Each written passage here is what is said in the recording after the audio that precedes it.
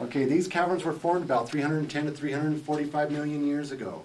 At that time, this is all underneath the ocean. Due to volcanic activity and earthquakes, pushed the ocean floor up, the ocean went out, and we dried out.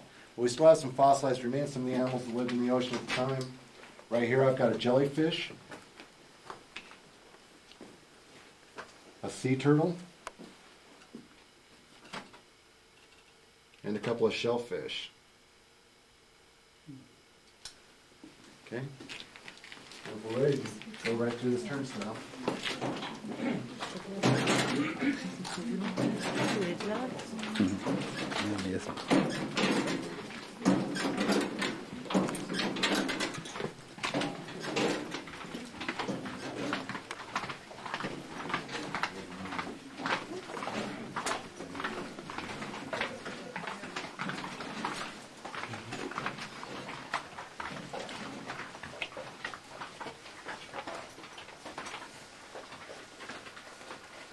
Okay, we're now in the crystal room. We're about 22 stories beneath the surface. Now the temperature in the caverns is 56 degrees. It's 56 degrees year-round. No matter what the outside temperature is, you can count on one thing. It's 56 degrees down here in the caverns. If anybody doubts that, grab a hold of this handrail. Go ahead. Go ahead. The handrail is 56 degrees. We don't chill it down for the tours. Okay, it's also a low humidity environment, about 6% humidity. And it's bacteria-free because bacteria needs for it to warm up to live. These are called snowballs. Now it takes about 100 years to form the thickness of a piece of tissue paper. So you can imagine just how long it took for all this to form.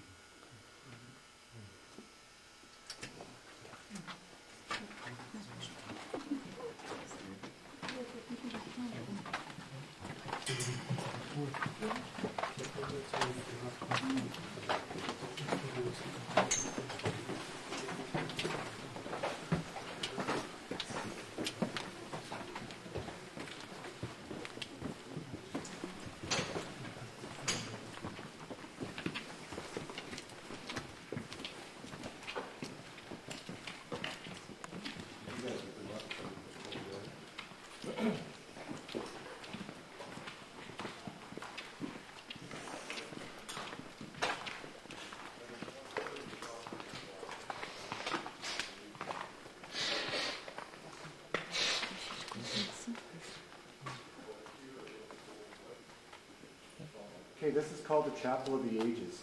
Just a little bit longer than a football field. At the highest place, it's called the Cathedral Dome. It goes up 90 feet above the trail. That was an old waterfall. Now, what caused these caverns to form is there was a very high acid content in the water. The acid ate out the inside of the limestones, and the water table fell. The caverns dried up, and then selenite crystals formed in all the cracks and crevices. What looks like cement up here, these are selenite crystals. That's what actually dried out the caverns.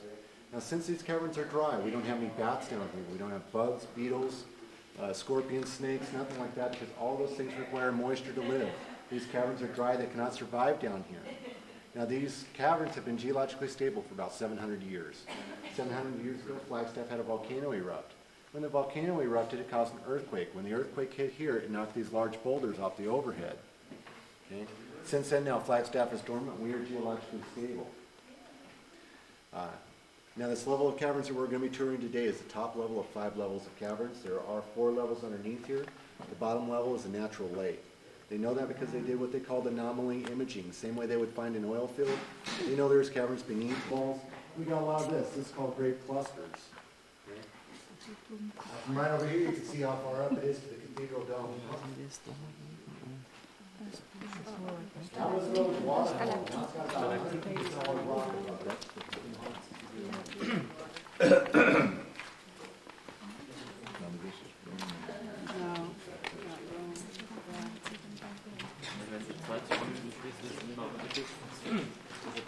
Como ela é seca, não está crescendo mais nada. Como ela é seca, não está crescendo mais nada.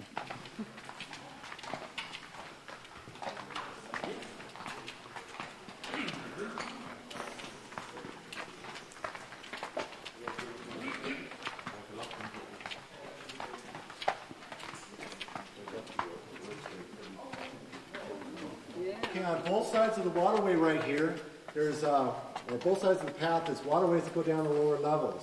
The reason they know that they go down to lower levels is because when the barometric pressure changes on the surface, we'll get currents of air through these waterways strong enough to blow out a candle or a match. Now, that could be one way they might be able to get down lower caverns, but there's another way that's maybe a little bit better. Now, they found what they call halictites in these waterways, kind of like a stalactite that formed in the waterways. They took them out of the waterways and put them in this grotto so that you guys could see them a little easier. Look at that.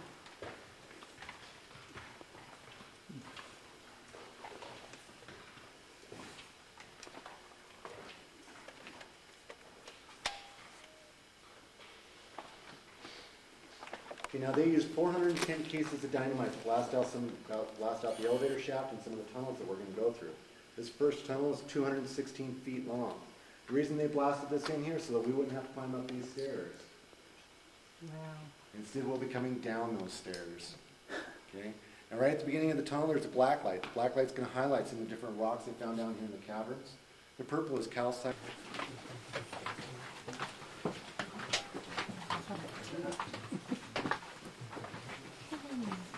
Low rocks.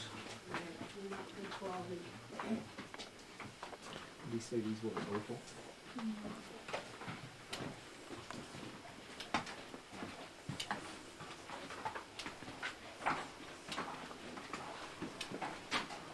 On the overhead and on the walls. This gold coloration is caused by naturally occurring iron oxide, more commonly known as rust. Okay, back in 1963, during the Cuban Missile Crisis, the government studied these caverns, found them to be geologically stable, figured this would be a great place to put a bomb shelter. So they brought down enough supplies to last 2,000 people 2 weeks. They brought down food, this is government crackers and hard candy. They brought down water, medical supplies, and bathroom facilities. And to show what a good sense of humor our government has, they only brought down one bag of toilet paper to last 2,000 people 2 weeks. That would give each person about 4 sheets of paper. They would have to use it wisely, use it sparingly, and then use it again. That's where the term 4 sheets to the wind came into effect. Now the government says that these supplies are good for 33 years. It's been 32 years.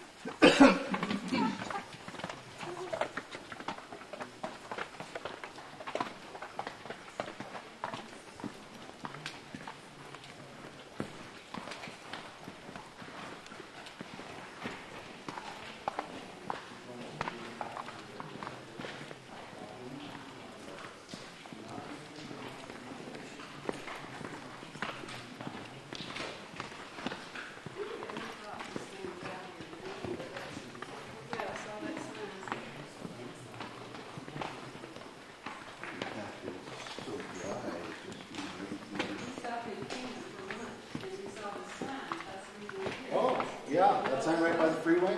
Yeah. Uh-huh. Yeah, we're on our way to Flagstaff, so we don't have to wait from here. And it's well worth it, I might add. Yeah, it really is.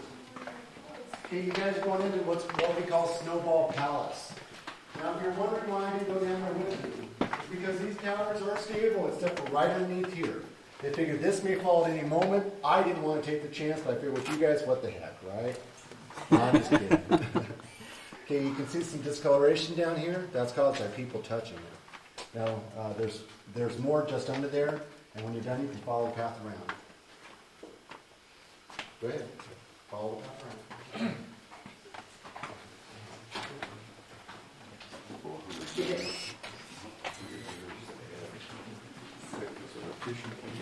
Yeah, the people can destroy it with their hands.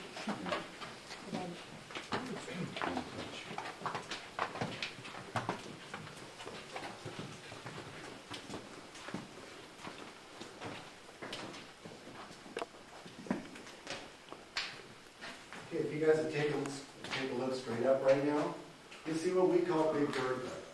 Big Bertha weighs about 8 tons. If Big Bertha falls, you don't have to worry about it. I've got some aspirin in this first aid kit. Now, if I was you guys, I wouldn't stay underneath Big Bertha, but that's me. You know?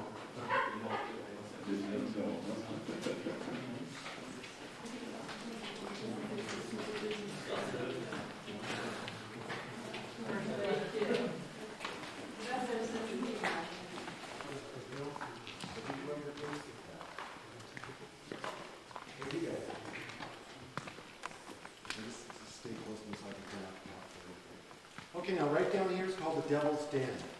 I told you guys that when the barometric pressure changed on the surface, we got currents of air up through the waterway strong enough to blow out a candle or match.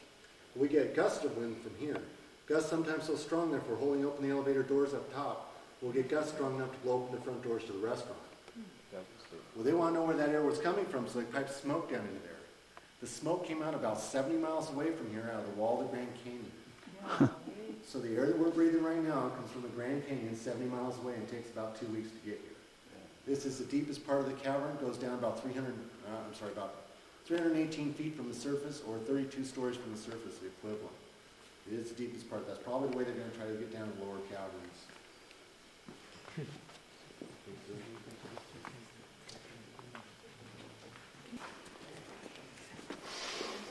Okay, what everybody's looking at up here is Bob. Bob is our resident mummy. Now you notice since this is a bacteria-free environment, first theory is that Bob was born about 1845. Had a great and wonderful life up top for about 5 years. Fell through the natural opening in 1850 and eventually starved to death down here. Second theory is that Bob actually came down about 1965. Walked around for a little while, ate some of those government crackers, and made it all the way back to here before he died. Now, if you notice the expression on Bob's face, I kind of believe the cracker theory.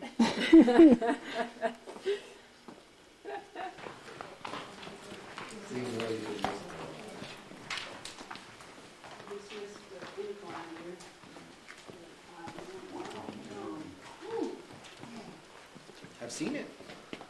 You've seen it, 100 times. Okay, this is called the Mammoth Dome. It goes up 142 feet above the trail. It's 92 feet to the first shelf.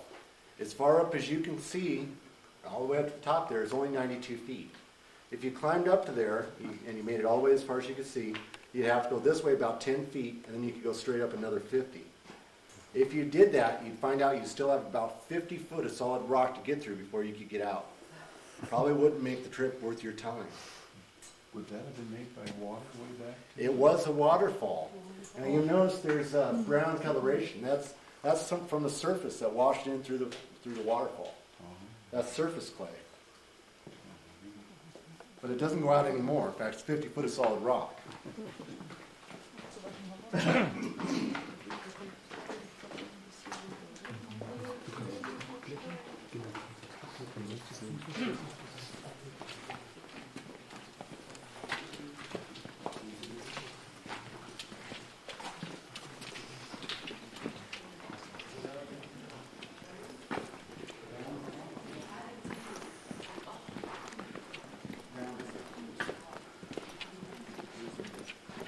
Come on in, have a seat. You guys look like you need a break. Somebody needs a break here. I don't know who it is. Maybe me.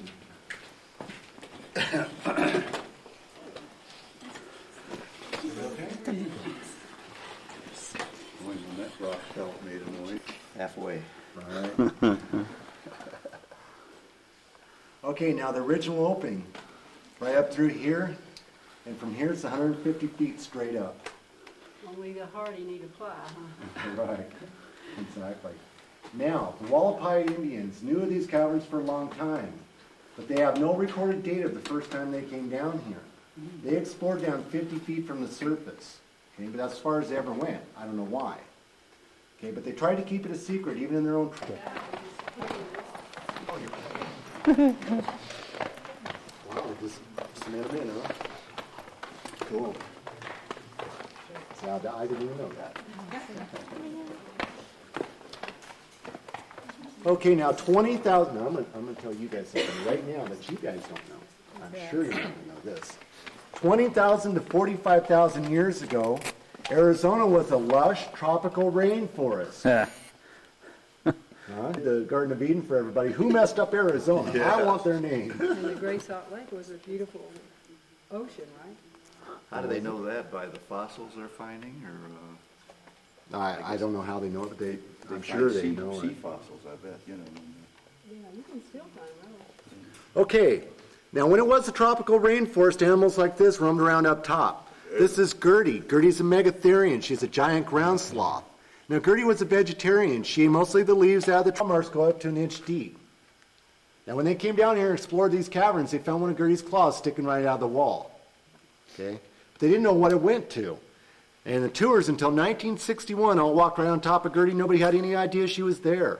They started putting these pads down. They unburied her right where she's standing. This is only a replica of Gertie. But the original one, there were some brilliant people who thought when they found Gertie, she still had fur. She was still mostly whole. They decided what they should do with her is wrap her up in burlap bags, take her out of her stable environment, out of her bacteria-free environment, out of her stable temperature environment, and bring her up to the top so they could study her.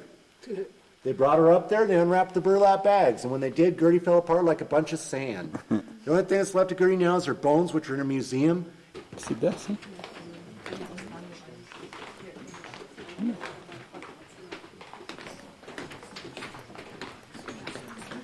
He has not yet been able to successfully lead that group of tourists through here.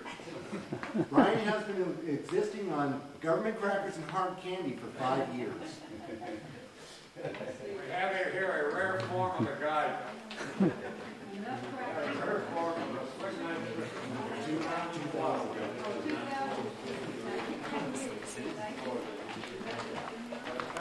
another point. Now this is some of the debris they blasted out. This is our third of the debris they actually blasted out of there. Now the Wallapai is considered the first 50 feet of these caverns to be sacred burial ground. They also believe that there was a spirit of one of their old Indian chiefs lived down in these caverns and would look out onto the caverns to make sure that nobody destroyed them for future generations. The reason they believe that is because they believe they could see his profile right over here in the wall.